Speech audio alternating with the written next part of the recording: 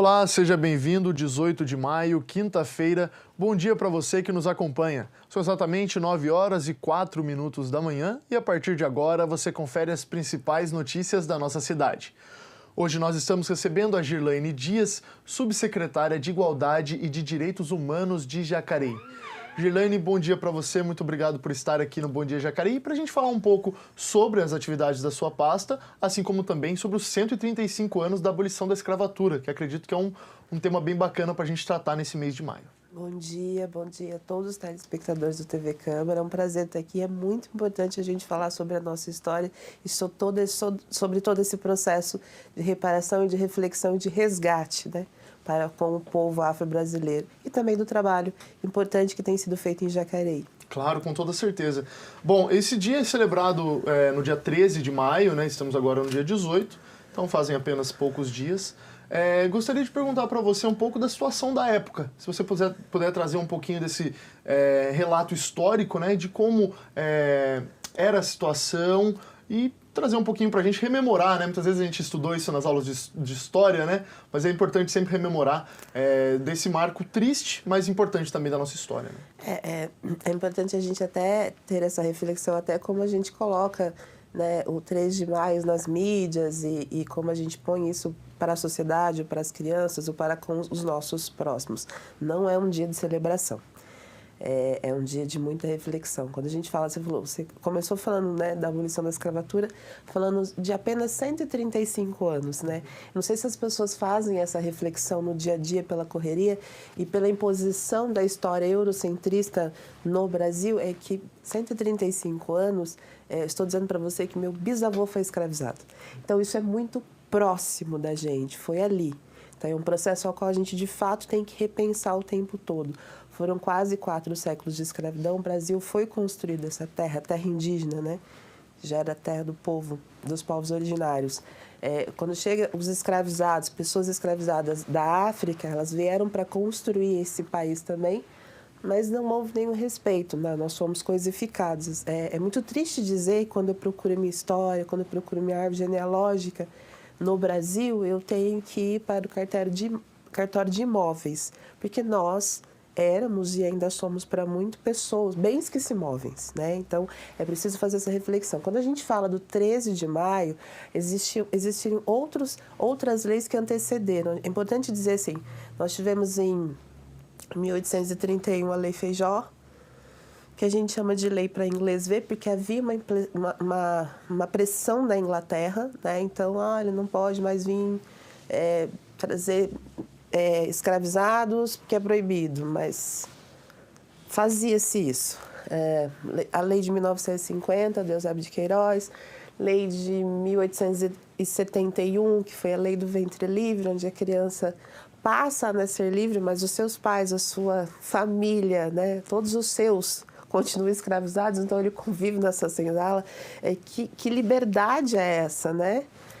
1885, que são 2 marcos históricos, especialmente para a gente que estuda a fundo essa questão da história do povo preto, da história do afro-brasileiro, a história do brasileiro, que foi a lei do sexagenário. Não sei se você sabe, um homem adulto escravizado, ele não passava de 10 anos, assim, ninguém chegava aos 60 anos. Então, também era uma lei muito triste, né, da gente refletir. Até que em 1888, por toda essa pressão, é importante também que tinha interesse econômico, principalmente depois da Revolução Industrial, de que não podia mais ter esse movimento. O Brasil foi o penúltimo a abolir. A princesa Isabel estava aqui, né? Ela foi a representante deste processo. Então, ela assinou uma lei, libertou aqueles que já eram libertos, aqueles que, por justiça, que foram tirados da sua cultura, da sua vida, do seu país, e construíram esse país e que gentilmente trouxeram e agregaram muito para o Brasil. No dia 13, coloca a gente na rua, sem salvaguarda, sem um plano, sem absolutamente nada.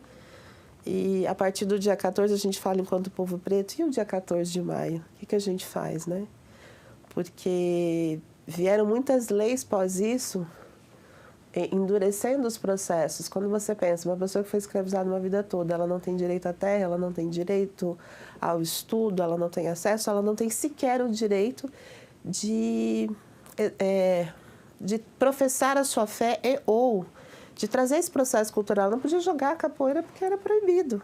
Então, que lei é essa? Né? Que não prepara os seus e que não faz esse processo justo e histórico, já que a gente foi escravizado por séculos ali, né? Então, é muito importante a gente refletir sobre isso. É claro que é um marco, é claro que houve esse processo. E também é importante dizer que 5% dos escravizados, quando chegou em 1888, foram libertos. Porque todas essas leis que a gente passou antes, já tinham os processos. E os movimentos negros, o movimento do povo preto, já tinha, né, já vinham estados. A gente fala do nosso aqui, de Jacareí.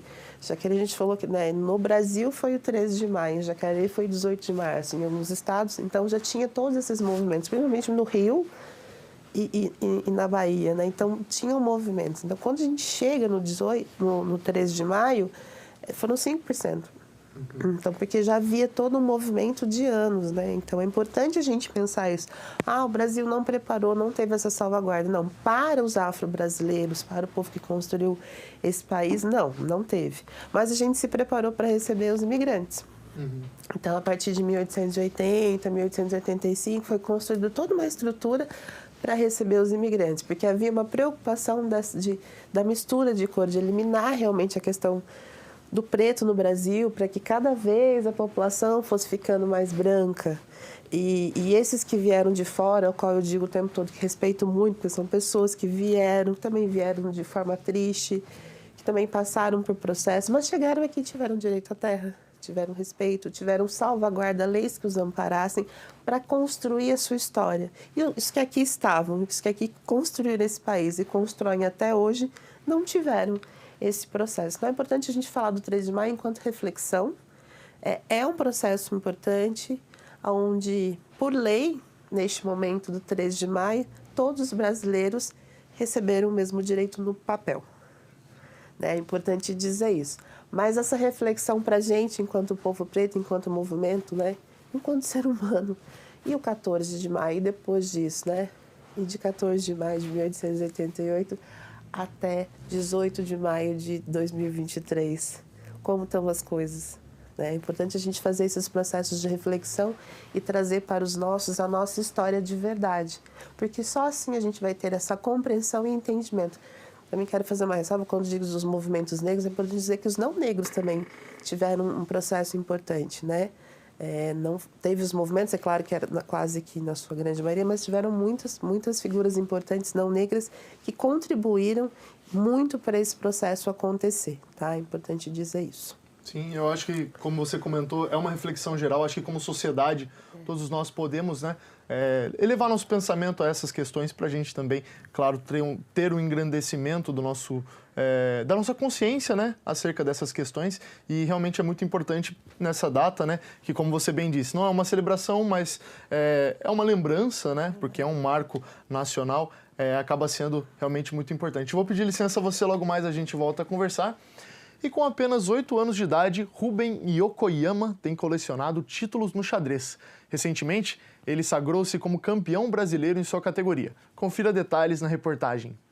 Com apenas 8 anos, Ruben Yokoyama já tem acumulado títulos jogando xadrez. Recentemente, sagrou-se como campeão brasileiro sub-8 de maneira invicta. O torneio, realizado em Natal, no Rio Grande do Norte, reuniu jovens ex-xadristas de todas as regiões do país. Nossa, eu nunca esperei se eu fosse campeão. Eu nem imaginei se eu perdesse aquela quinta rodada, a penúltima, eu nem seria campeão. Mas Deus me ajudou e eu consegui a ser forte. Nossa, eu pensei muito bem. Na hora que eu tava jogando com um jogador de Maranhão, nossa, eu tava tremendo aqui dentro. Se eu ganhasse, eu era campeão. Há mais de 18 anos, John tem ministrado aulas de xadrez. Mas dessa vez, o aluno é mais do que especial. Ruben, além de ser uma das promessas do esporte, é sobrinho do treinador. Segundo o tio, os resultados têm sido cada vez melhores. E ele, eu vejo, né, que ele tem uma evolução legal e sempre ele acaba me surpreendendo um pouco, tem hora, né? Então, Por exemplo, já a categoria, ele tem 8 anos, mas ele já jogou com o pessoal do Sub-12, já foi campeão do 12 em alguns torneios, né? Recentemente ele jogou o Vale Sub-12, ele ficou em terceiro, se eu não me engano, perdeu uma partida só, né? E ele sempre vem evoluindo cada vez mais, né? No tático, assim, a visão dele acaba surpreendendo. E o sentimento da família não poderia ser outro além de orgulho. Ver tantas conquistas chegando para alguém tão novo motiva cada vez mais quem convive e auxilia no desenvolvimento do pequeno campeão. A gente, como pai, a gente fica muito feliz, obviamente, né? De ver a progressão dele no xadrez. De fato, a gente nunca esperava, né? O John, graças a Deus, tem feito um bom trabalho com ele. Então, a gente se surpreende bastante com o desempenho dele no xadrez, né? Sabendo que ele está indo longe, não somente pelas características de um bom professor, mas também pelo desempenho dele, né? Pela vontade que ele tem de seguir no xadrez. Mas nem sempre tudo acontece como planejado. A falta de incentivo para a prática da modalidade tem sido um dos maiores desafios na hora de realizar as viagens para competir. A gente não tem incentivo, né? Nenhum patrocinador ainda, a gente está buscando. Até, na verdade, esse brasileiro, a gente foi com a cara e a coragem, tiramos no boleto parcelado, porque a gente nem pagou, estamos fazendo a vaquinha, estamos em andamento, né? E então tem essa dificuldade, a gente está buscando ainda, fazendo vaquinha, rifa, fazendo caneta, e até terminando esse, já estamos pensando já em torneio internacional até, né? Apesar das dificuldades, as conquistas continuam chegando. A vontade de vencer e se tornar uma referência no esporte tem colaborado para que nem mesmo os maiores contratempos sejam capazes de dar um checkmate no sonho de ser um campeão. Que bacana, parabéns Rubem e boa sorte aí na sua trajetória no xadrez. Agora a gente volta a falar com a Girlene Dias, subsecretária municipal de Igualdade e Direitos Humanos. Girlene, você terminou sua fala com uma coisa bem interessante, bem impactante, né? Não só depois, né, no dia seguinte, o 14 de maio, como até hoje. Quais foram os avanços que você viu e também quais os resquícios que ainda continuam trazendo discriminação, preconceitos, enfim, impeditivos de um avanço para a população negra? Nossa, são muitos. São muitos. A gente tem tempo. Bom, vamos lá. Quando a gente fala desse processo hoje, é importante dizer que é uma estrada pavimentada e que tem muita luta de muita gente. Muito se foi feito, principalmente nesse processo de sobreviver, né, a esse genocídio do povo preto, a esse desrespeito. Então, muito tem sido feito, sim, principalmente nos movimentos negros e nesse processo de sobrevivência dessa população tão discriminada e marginalizada e desrespeitada. Então, muito, principalmente pelos nossos ancestrais. Mas quando a gente fala desse processo de lei que é importante, a gente falou, né, de 1888, a partir de 1889 o Brasil cria algumas leis, né, por exemplo, a lei da vadiagem, né, não pode ficar na rua, não pode jogar capoeira, e foi quando o processo de encarceramento da população preta começou a acontecer. Não sei se você sabe, cerca de mais de 60% da população carcerária hoje é preta e isso também dá quase que a mesma proporção de pessoas que ainda não têm o julgamento, que estão lá, mas sem saber se de fato precisavam estar lá ou não, né? Então é preciso a gente fazer essas análises. Em 1988 vem a Constituição, que é o que nos rege, né? Que é o nosso livro, principalmente quando a gente fala de poder público, eu aqui representando, né, o executivo do município, uma trabalhadora e que respeita muito e que rege esse processo. Vem, né, essa garantia de direitos, vem os direitos humanos, vem esse olhar para que a gente, de fato, tenha as mesmas oportunidades. Em 1889 veio a Lei K.O., que aí tem a tipificação de que é crime, né, o racismo, não muito cumprida, mas tem, injúria racial e racismo. A gente, depois desse processo, em 2003, a gente traz uma lei do estudo da história afro-brasileira. A gente precisa conhecer a nossa história até hoje. Essa lei fez 20 anos e a gente continua nessa luta para que isso de fato seja implantado ou implementado de forma correta. Faço aqui uma aspas, que é meu grande parceiro, um dos grandes parceiros que eu tenho neste trabalho aí de mais um ano é a Secretaria de Educação. A gente vai falar desses avanços depois.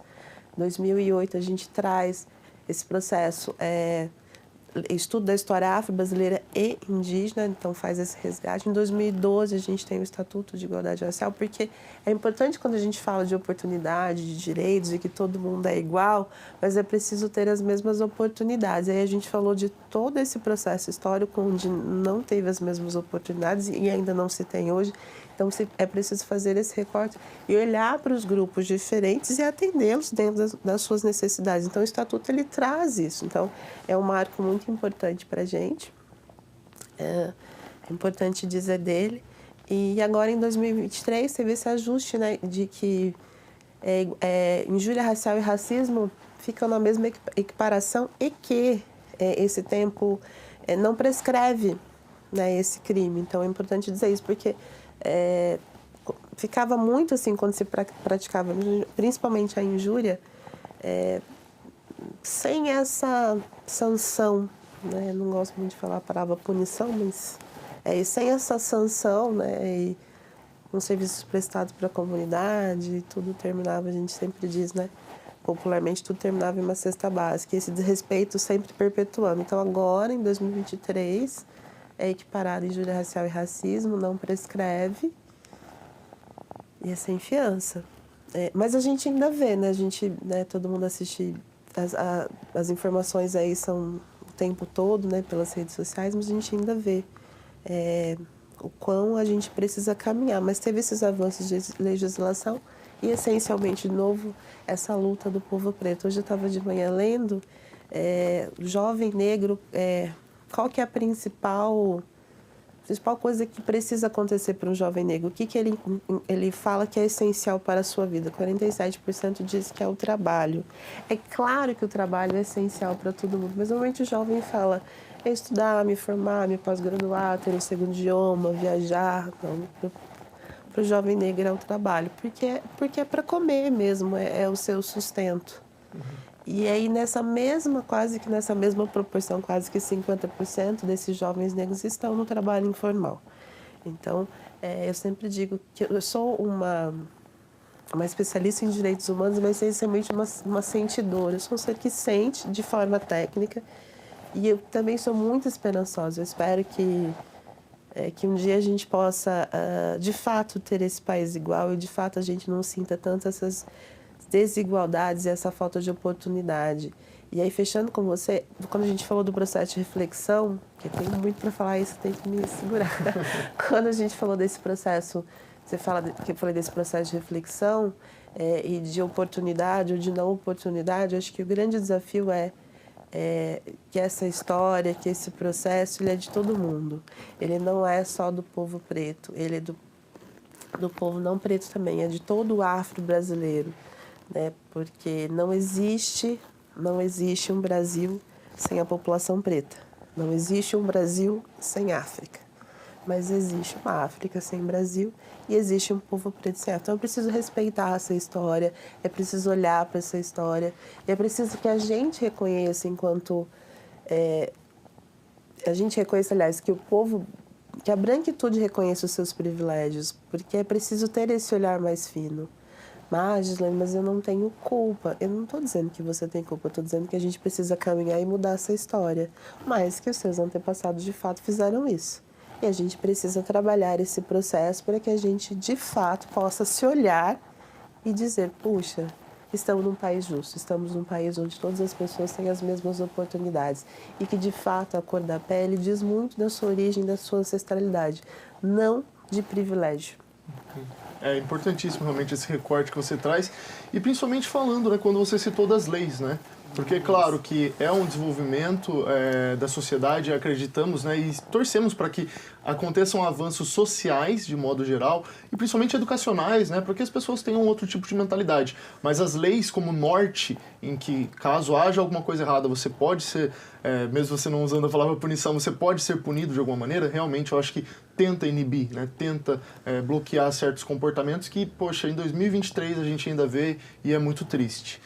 Girlene, vou pedir licença a você, logo mais a gente volta a conversar, porque a Suzano está com inscrições abertas para a nova formação de pessoas com deficiências, PCDs, em unidade Fabril, localizada no distrito São Silvestre, que fica na região oeste aqui em Jacareí. Com 16 vagas disponíveis, a qualificação faz parte do programa Somar da empresa, realizado em parceria com o Instituto Eovaldo Lodge e o Serviço Nacional de Aprendizagem Industrial, o SENAI, e tem como objetivo formar pessoas com deficiência para atuarem no setor. As inscrições seguem abertas até o dia 6 de junho, exclusivamente para PCDs, e devem ser realizadas pelo site ms.iel.org.br, assim como aparece aí na sua tela. E os departamentos de Psicologia e Ciências Contábeis da Faculdade Anhanguera estão oferecendo aos munícipes atendimentos com foco na saúde mental e auxílio na declaração do imposto de renda. Confira detalhes na reportagem. A Anhanguera Educacional oferece serviços à população jacariense por um preço simbólico. Funciona com uma via de mão dupla. O cidadão procura a faculdade, pois precisa de auxílio em alguma questão, e a escola coloca à disposição os estudantes que podem praticar o conteúdo teórico aprendido nos cursos. Um dos departamentos é o de Ciências Contábeis, que oferece ajuda para o preenchimento do imposto de renda desde 2017. 2 pontos assim, que caem muito em fiscalização, né? É declarar dependente sem ser dependente, né? Às vezes quer declarar uma pessoa da família que não é aceito como dependente, ou o esposo e a esposa, ambos declaram, marido e mulher, ambos declaram o mesmo dependente, também não pode, né? Se tem um filho, um dos dois declara só, né? Ocultação aí também de contas bancárias, as pessoas não declaram conta bancária, então isso também pode ser visto em malha, né? E outra dificuldade que a gente vê muitos casos que aparecem aqui, de pessoas que não sabiam que precisavam ter declarado nos outros anos, né? E aí, por algum motivo, descobre que o CPF está bloqueado e aí precisa fazer a entrega. Quem precisar declarar imposto de renda pode ir até a faculdade com a documentação necessária e com 1 quilo de alimento não perecível para atendimento. O atendimento aqui é por ordem de chegada, né? Está sendo todas as segundas-feiras e quartas-feiras, né? Na segunda, a partir das 17 até as 21 horas, e às quartas-feiras, das 19 às 21.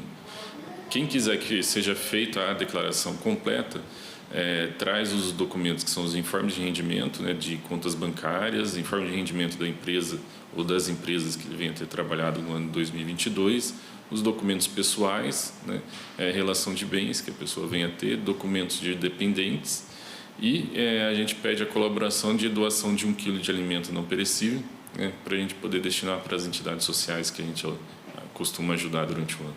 Outro departamento que também está oferecendo serviços à população é o de Psicologia. De acordo com Karina, coordenadora do curso, os estudantes atendem a população e são supervisionados durante o processo. Nós temos uma clínica escola, né? E essa clínica escola tem diversas atividades, todas elas são realizadas pelos alunos com supervisão dos professores, né? Então, algumas pessoas às vezes têm preconceito, né, de ser atendido pelos estagiários, mas tem todo um suporte realizado. Dolores está quase terminando o curso de Psicologia e é uma das atendentes do projeto. Os pacientes são bem acolhidos, nós estamos recebendo dos professores da supervisão ajuda que precisamos para poder fazer o melhor e no que é cada estágio. Isso é ótimo, para mim é muito bom. A OMS apontou que cerca de 1 bilhão de pessoas no mundo sofria de algum tipo de transtorno mental antes da pandemia de Covid-19.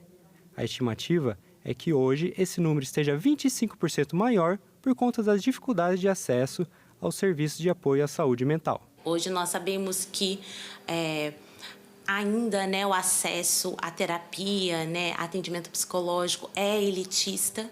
Então, a ideia é a gente proporcionar um valor social em que a gente possa alcançar a maior parte da população possível. Para ser atendido pela clínica, é simples. Os plantões acontecem às quartas-feiras, das 8 às 19 horas, e você também pode agendar através do número 12 3954 4923. O valor da consulta é R$ 15. Eu gostaria de convidar todos a estar conhecendo o nosso projeto e a estar se permitindo ter uma nova visão da psicologia. As pessoas ainda têm uma visão muito de que psicologia é coisa de louco, que só quem faz terapia é quem tem problemas mentais. E não é sobre isso. Todas as pessoas precisam de suporte psicológico, né? Principalmente após a pandemia, o Brasil é um dos países que mais tem casos de ansiedade, de depressão. O índice de suicídio tem aumentado muito, principalmente nos adolescentes. E é muito importante que as pessoas tenham essa consciência, que venham pelo menos nos conhecer. Que ao nos conhecer, eu tenho certeza que esse preconceito vai ganhar um novo olhar. A gente volta a conversar com a Girlane Dias, subsecretária municipal de Igualdade e Direitos Humanos. Girlane, gostaria agora de conversar com você um pouquinho sobre talvez a parceria que talvez a sua pasta faça com outras aqui do município, como, por exemplo, a Secretaria de Educação, né? Há alguns meses a gente fez até uma matéria lá na Biblioteca Municipal Macedo Soares, em que a subsecretaria estava ali junto com a Secretaria de Educação, né, entregando livros sobre histórias de pessoas, né, ícones do povo preto e também do povo indígena, né? Eu lembro de algumas personalidades, Barack Obama, lembro, por exemplo, da Sônia Guajajara, no caso das personalidades indígenas. Então, gostaria de te perguntar a importância dessa parceria, também porque eu acredito que a educação é um caminho muito importante, né, para a mudança de mentalidades, para a troca de experiências. Queria que você comentasse um pouco sobre isso também. O processo, né, quando a gente fala da subsecretaria, a criação dela em 2022, eu não me canso de falar com muita alegria e com muita tranquilidade, né? Primeiro órgão instituído no Vale do Paraíba, de 39 cidades, onde tem esse olhar voltado para as pautas de igualdade racial e para as pautas de direitos humanos no geral. Então, a primeira no Vale de 39 e a única no Vale que, de fato, tem um órgão constituído para falar de igualdade racial. A subsecretaria foi criada nesse processo de articulação. Então, eu tenho essa interface, essa interlocução com todas as secretarias, né, dentro das pautas às quais a gente trabalha. Quando a gente fala de direitos humanos, ele é muito amplo. Então, a gente trabalha igualdade racial, e aí fala especificamente, né, de todo esse processo de políticas públicas voltado para a população preta. A gente trabalha migrante, acessibilidade, comunidade LGBTQIA+, e mulheres vítimas de violência. Então, essas 5 pautas que a gente olha como lei, né, que a gente tem um processo de análise de política pública, não é atendimento de porta aberta. Então, essa análise, essa interface sempre com as secretarias. Falando da Secretaria de Educação, né, um país só se transforma, só se desenvolve se a gente cuida dessa semente, e essas sementes são as nossas crianças. Eu acredito na transformação de um povo quando a gente se respeita a sua história, quando a gente educa, quando a gente olha para esse futuro. Então, a gente tem essa parceria desde o primeiro mês mesmo da implantação e da criação da subsecretaria. É uma parceria muito forte, muito importante. A gente já fez um processo de qualificação dos profissionais numa escola piloto ano passado. A gente abasteceu uma escola em especial, fez um trabalho focado, que foi ali no Santo Antônio da Boa Vista. A gente tem essa troca, a gente abasteceu as bibliotecas com a história afro-brasileira indígena, trazendo esse olhar, né, para que a gente conheça, né, no detalhe a nossa história, de fato. Se deu alguns exemplos. A gente também tem feito, né, a prefeitura, esse reconhecimento nas comunidades, onde reconhece os seus, e os seus também é a população preta. A gente falou de algumas personalidades, eu vou falar, sempre vou falar quando tiver a oportunidade, de Luiz Gama, nosso grande herói brasileiro, que as pessoas não sabem, né? Homem preto, autodidata, que nasceu livre, que foi escravizado, que foi vendido e que passou a sua parte da sua infância e adolescência no Vale do Paraíba, ali em Lorena. Então é importante a gente... E essa história também está lá, né? Essa história também está registrada em Jacareí, porque a gente tem uma praça, tem a Praça Luiz Gama, ali no Jardim do Marquês. Então a gente tem esse trabalho com a Secretaria de Educação. A gente tem já planejado bastante coisa para este ano, pensando muito nesse processo de formação dos profissionais e também no material didático, e para esse olhar, né? Porque eu acredito muito, a lei já existe desde 2003, mas eu acredito muito em qualificação, de parceria, de diálogo. É importante dizer que eu não estou dizendo que as secretarias não fizessem antes. A gente vem com esse olhar mais fino, né, com essa lupa, e nesse processo muitas vezes de implantação, sim, mas outras de implementação, uma grande implementação. Então, a Secretaria da Educação é um grande parceiro, a Saúde é um grande parceiro, o Desenvolvimento Econômico, enfim, o esporte, a cultura. Então, a gente tem aí cerca de 16 ações afirmativas, né, olhando para esse processo histórico de reparação. Trabalhando com servidores, qualificando os serviços de portas abertas, conversando com os profissionais, entendendo melhoria de equipamento e tendo esse olhar fino para 5 pautas que a gente trabalha na subsecretaria. Mas, em especial, como a gente está falando aqui do mês da consciência negra, são a grande maioria, porque a grande maioria dessas ações afirmativas são para as leis de reparação histórica. Por quê? Porque, na verdade, não existiam, né? Muitas delas não existiam. Vou te dar um exemplo. A gente, com muita alegria mesmo, né, eu, enquanto mulher preta, a gente fez a implantação da saúde da população negra ano passado em Jacareí. Isso é bem importante, porque nós somos afeitos a algumas doenças, né? Eu sou hipertensa, tenho desde os 17 anos, e é uma doença afeita da população negra. Glaucoma, diabetes, militos, enfim. Então, tem algumas doenças às quais a gente pode ter esse olhar antes, fazer esse filtro. E para fazer isso, o que a gente precisou fazer antes? Falar do quesito raça-cor, né? Por que a gente pergunta qual é a cor? É uma lei desde 1990, que teve uma portaria em 2017 e que precisa ser cumprida também, que a gente não tem uma curiosidade. É importante dizer que são indicadores para que a gente aplique melhor o recurso público.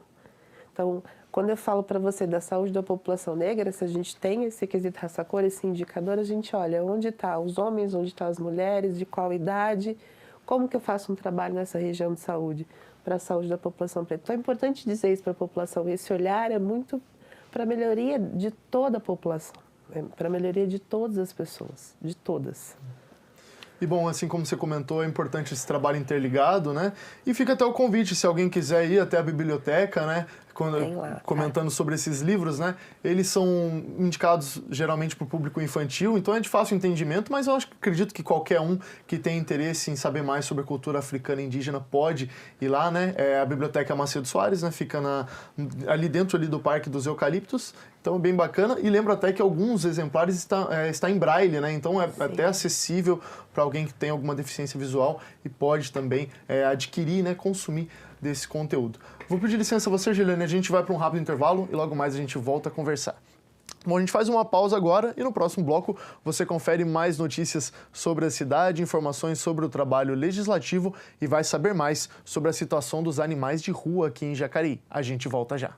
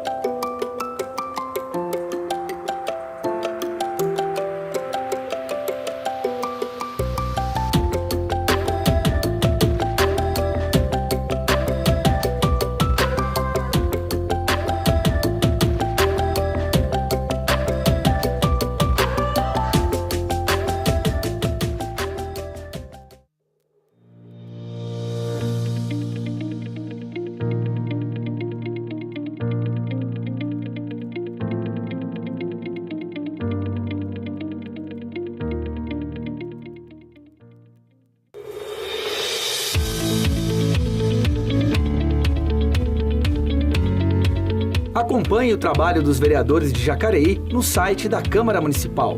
Fiscalize o poder público no portal Transparência. Conheça os principais dados estatísticos da cidade no Fiscaliza Jacareí e fique por dentro das notícias da Câmara em jacareí.sp.leg.br.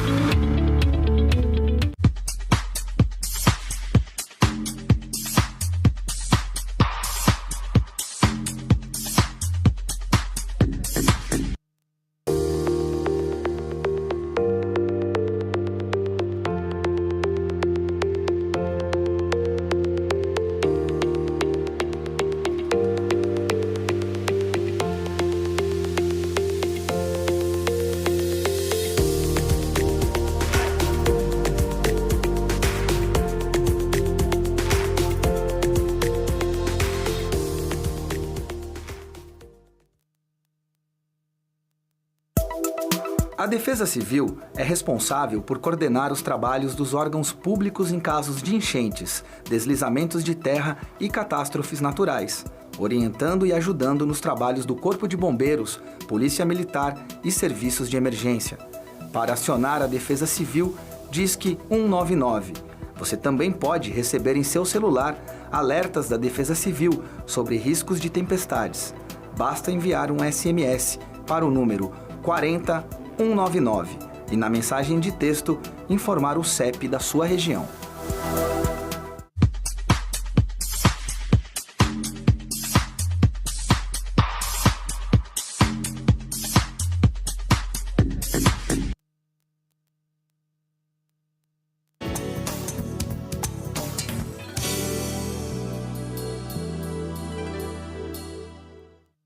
Estamos de volta e a gente começa conferindo os trabalhos realizados pelos vereadores na 16ª sessão ordinária do ano. O vereador Dude, do PL, falou sobre o seu projeto de criar a Procuradoria da Pessoa com Deficiência na Câmara Municipal de Jacareí. Segundo ele, a propositura tem relevância por causa da necessidade de inclusão. Confira. Aí, analisar esse projeto que entendo ser de grande valia para o nosso município. Quando a gente fala em inclusão social, é muito mais do que a pessoa com deficiência se adaptar ao espaço que ela vive, mas também o ambiente se adaptar às suas necessidades. Só assim acontece a inclusão social. Então, a gente precisa... Tive algumas experiências no esporte, por exemplo, como ferramenta de inclusão social, no final da década de 90, na cidade de Mogi das Cruzes. E o esporte ele tem essa característica, através de suas avaliações funcionais, a deixar todo mundo em igualdade de condições para poder competir. Até na época, já em 2006... E o vereador Paulinho do Esporte, do PSD, também se manifestou sobre este mesmo assunto. De acordo com o parlamentar, o projeto de lei tem importância porque dá à pessoa com deficiência mais autonomia. Acompanhe. Que a lei hoje, a cada 100 funcionários de uma empresa, ela tem que ter uma pessoa portadora de deficiência. E qual foi o nosso intuito? De trazer empresas de menor porte, como fizemos naquela ocasião. Trouxemos várias empresas aqui, para que empresas com 50 funcionários, 40, que pudesse colocar uma pessoa portadora de deficiência, mesmo ela não tendo a obrigação por lei, que eu acho que essa lei tem que ser mudada, Então, fomos muito bem aceitos na época. Conseguimos, naquele momento, encaminhar e colocar no emprego direto 5 PCD. Foi uma grande satisfação.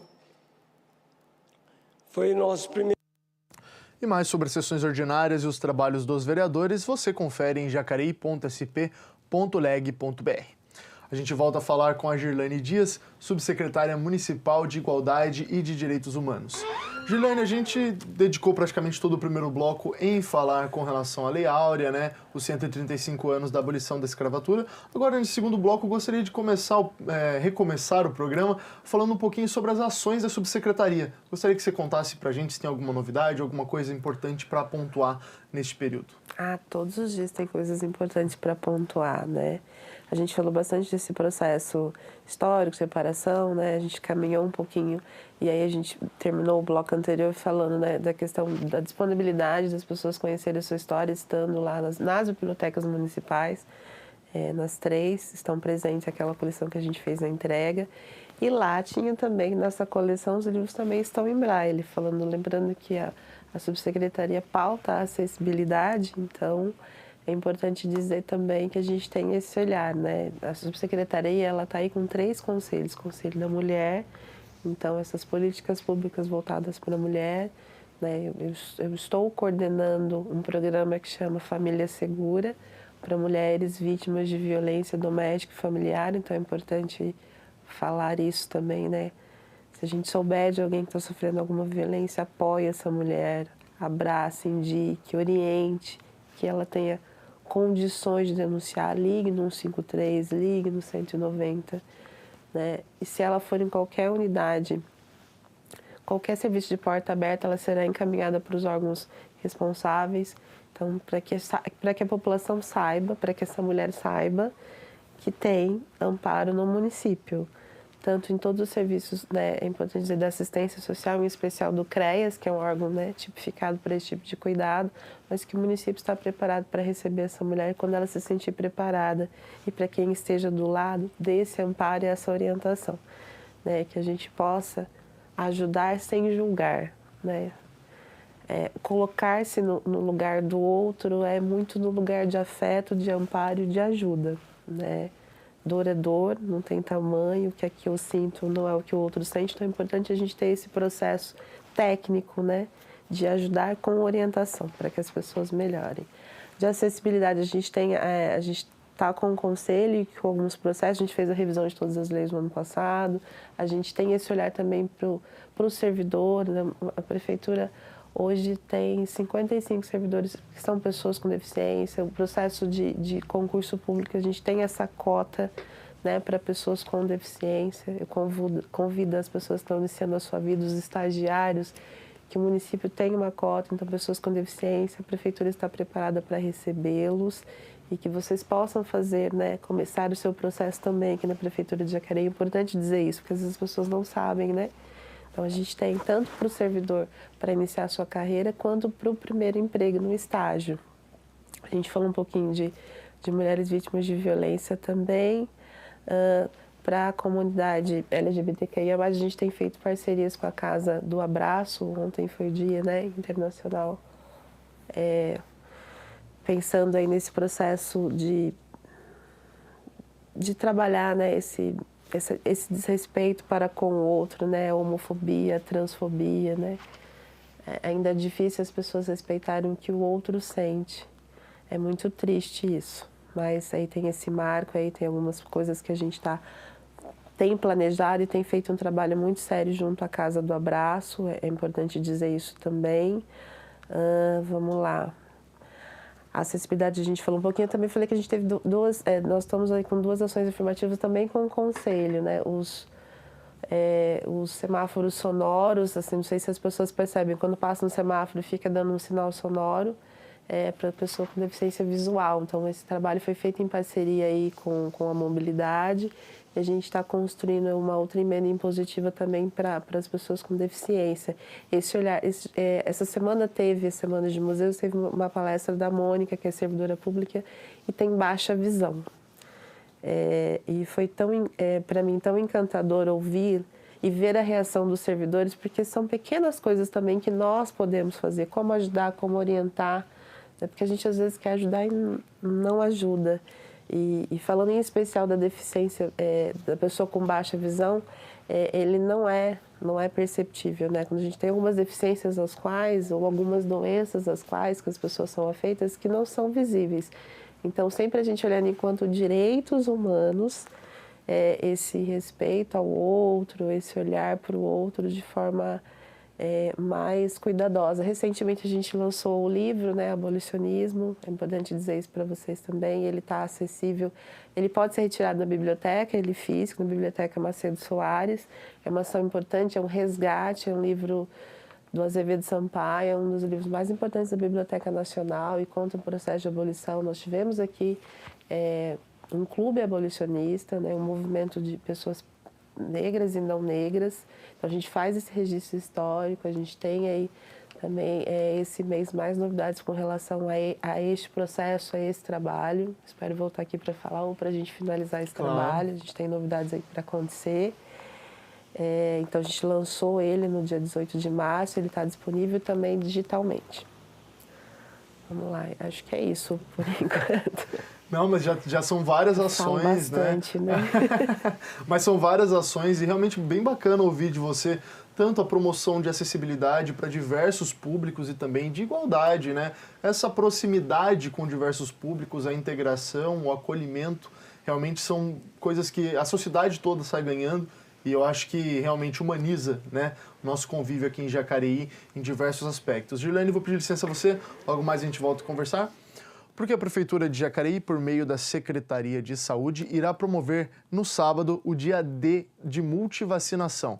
A ação será realizada em todas as unidades de saúde do município, com exceção da UBS Central, das 8 horas da manhã até as 5 horas da tarde e tem o objetivo de atualizar a caderneta de vacinação de toda a população do município e de todas as faixas etárias. A vacina bivalente contra a Covid-19 e a vacina contra a influenza também serão disponibilizadas para a população. Endereços e outras informações você pode obter pelo site da Prefeitura Municipal. E até abril, a Secretaria de Meio Ambiente recebeu mais de 200 chamados sobre abandono de animais aqui no município. Apesar do abrigo temporário de animais ajudar, o alto número de casos causa alarde. O abandono de cães e gatos é um grande problema em qualquer cidade. Em Jacareí, a Diretoria de Proteção Animal tem se empenhado para cuidar desses animais aqui no município. Para Joelma Prilips, diretora de Proteção Animal, é fundamental a análise de cada situação para acolhimento. Tem várias situações, né? Tem realmente o caso do animal que está abandonado, tem o caso do animal que fugiu de casa ou se perdeu e não conseguiu voltar, e tem também o que a gente chama de cão errante, né? Que são aqueles animais que já vivem na rua há muitos anos e assim, ele já tem um hábito, ele anda pela cidade toda e, né, acaba passando às vezes por algum momento dentro de uma região, mas é um animal que já está acostumado de uma certa forma com essa vida livre. O abrigo municipal acaba sendo o destino da maioria desses animais. Porém, os viventes no abrigo possuem dificuldades em serem adotados, não tendo rotatividade para que novos animais sejam acolhidos. Além disso, a estrutura tem limitações de espaço, fazendo com que seja mais complexa a adequação em leis de bem-estar no tocante ao convívio desses animais. Então, o espaço que a gente tem hoje é bem pequeno. A gente tem 7 baias coletivas em torno de 21 metros quadrados, ou seja, caberia em média 4 animais dentro de cada uma dessas 7 baias e tem 10 com aproximadamente 5 metros quadrados, onde fica um animal individual. Então, hoje, na condição que a gente está, porque a gente teve 2 resgates agora recente e agora vai fazer mais 2 de um caso bem um pouco mais complicado, a gente já está numa condição que realmente a gente não pode, até porque a gente vai estar infringindo as leis de proteção animal, né, e a de bem-estar. Então, a gente não pode, a gente precisa realmente ter esse critério. Segundo dados da Secretaria de Meio Ambiente, a cidade registrou neste ano 207 chamados acerca de abandono de animais, sendo janeiro o mês em que mais chamados foram registrados. Joelma entende que o reflexo desses números foi impulsionado pelo fim da pandemia. A gente percebe que de novembro para cá, principalmente a quantidade de chamados que a gente tem recebido, aumentou em torno de 60% do que era o normal. Então, as pessoas ou porque perderam, né, mudou a questão da vida depois da pandemia, ou teve que mudar de, né, morava em casa, mudou para o apartamento, ou porque ficava em casa e voltou a trabalhar e aí não conseguiu, não consegue mais ficar com o animal. Então a gente percebe que está uma condição bem diferente de 2017 para cá. Caso você flagre algum abandono de animal, denuncie por meio dos contatos 991 17 7580 ou 3955 9000, ramal 9448 da Secretaria Municipal de Meio Ambiente e Zeladoria Urbana. E sempre que for adotar, faça desta ação um ato consciente. A gente volta a conversar com a Girlane Dias, subsecretária municipal de Igualdade e Direitos Humanos. Girlane, gostaria já de agradecer a sua participação. Foi realmente uma conversa muito importante, bem impactante, principalmente pelo mês de maio, né, pelo dia 13, de rememorar marcos importantes com relação à história do nosso país. E, além de agradecer, deixo em aberto se você quiser deixar algum recado final, alguma coisa também com relação à sua subsecretaria. A gente está sempre à disposição, a gente está ali no segundo andar na prefeitura, não é um serviço de portas abertas, mas eu convido a população a conhecer o trabalho, né, da Subsecretaria de Igualdade e Direitos Humanos, conhecer esse trabalho importante onde a gente revisita e repensa a questão de leis, de oportunidades, de garantia de direito, para que todas as pessoas tenham o mesmo direito a acesso, a vez, a voz e para que a gente se respeite cada vez mais. Acho que o meu convite em especial é que a gente esbarre todos os dias na nossa humanidade e que a gente olhe para o outro com mais empatia. Acho que uma cidade boa para se morar é quando é um lugar onde as pessoas se respeitam.